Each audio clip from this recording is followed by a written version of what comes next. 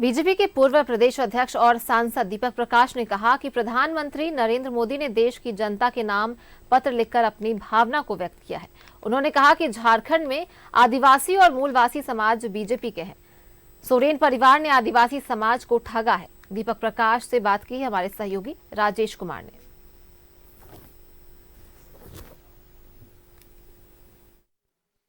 लोकसभा चुनाव की तारीखों का ऐलान चुनाव आयोग करेगा, लेकिन उससे पहले प्रधानमंत्री नरेंद्र मोदी ने देशवासियों के नाम पत्र लिखा है और वह उसमें उन्होंने अपने 10 साल के कार्यकाल के विषय में उल्लेखित किया है कि क्या उन्होंने किया है, अब क्या कर सकते हैं।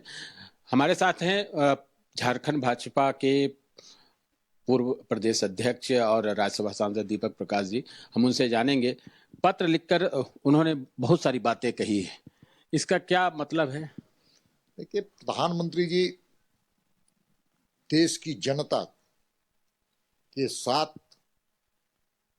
अपने अनुभवों को, अपनी उपलब्धियों को और अपने कमिटमेंट को, जिसको हम कहते हैं मोदी की गारंटी वाली चीजों का उल्लेख करते हुए जनता से सीधा पत्र के माध्यम से संवाद करने का एक अनोखा काम किया है, जिसको जनता सराह रही है और जन समर्थन और तेजी से बढ़ रहा है, क्योंकि वो पत्र आत्मीय भरा हुआ है, उपलब्धियों भरा हुआ है, देश के प्रति समर्पित भाव से काम करने वाले नेता ने लिखा है, एक प्रधान सेवक ने लिखा है। अच्छा, आपने देखा होगा झारखंड के विषय में ताबड़तोड़ ट्रांसफर पोस्टिंग, इवन की रात तक में देर रात तक ट्रांसफर पोस्टिंग होती रही है।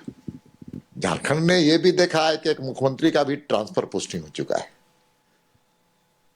मुख्यमंत्री के रूप में उन्होंने शपथ लिया था, वो अब एक ऐसी यात्रा में गए हैं जिनको कानून से न्याय मिलेगा।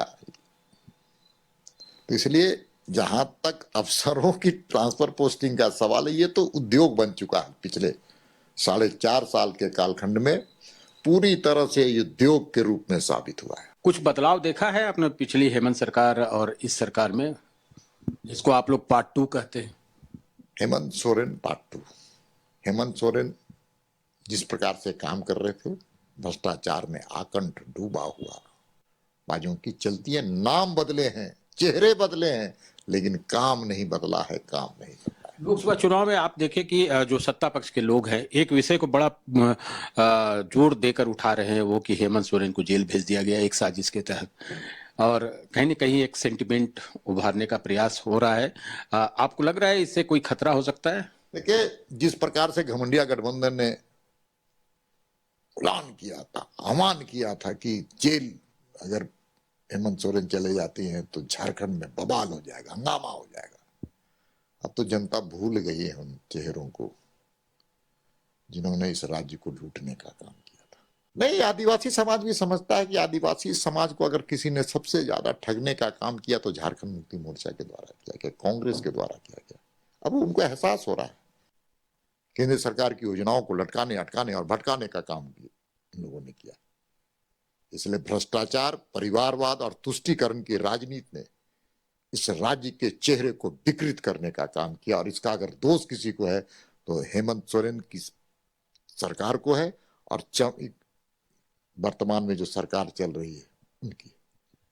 तो दीपक प्रकाश जी का कहना है कि आदिवासी समाज, मूलवासी समाज जो है बीजेपी के साथ है, और कोई अगर यह माहौल बनाने का प्रयास करता है कि कहीं न कहीं हेमंत सोरेन की गिरफ्तारी से आदिवासी समाज में गुस्सा है, तो ये बिल्कुल निराधार है। लोकसभा चुनाव का परिणाम इसका जवाब देगा। कैमरामैन राजा के साथ राजेश कुमार, न्यूज़ 11 भारत, रांची।